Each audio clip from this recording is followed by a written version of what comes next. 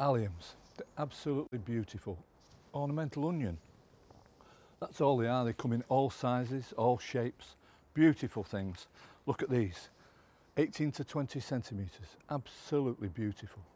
They really are. They're tall spikes, globes of purple, red, white. It really couldn't be nicer. But there's plenty of places in the border. As soon as they know you like this type of flower, lots of other things come up.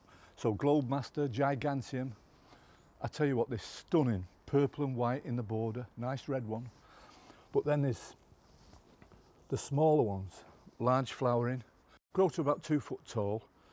Beautiful little things, but for the middle of a border, perfect. You get these little bubbles. They're like little lollipops.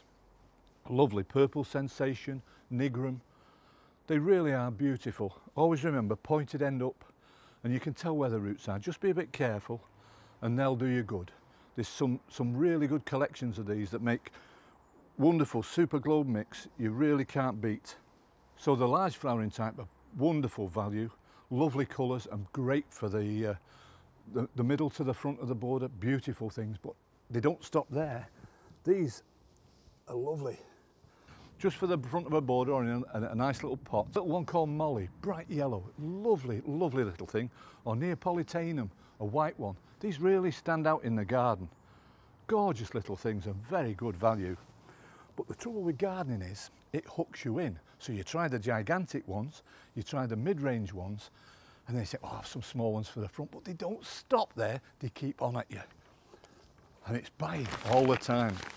So an anorak like me, these specialist ones, they don't look much now, but soak those in a bit of water. Out in the border, they're going to come up pendulous type. And people look, what's that? That's what you do. You see, you hook people in and you just, oh, well, you know, it's my pendulous type. Fantastic things. They really are. And so many to choose from.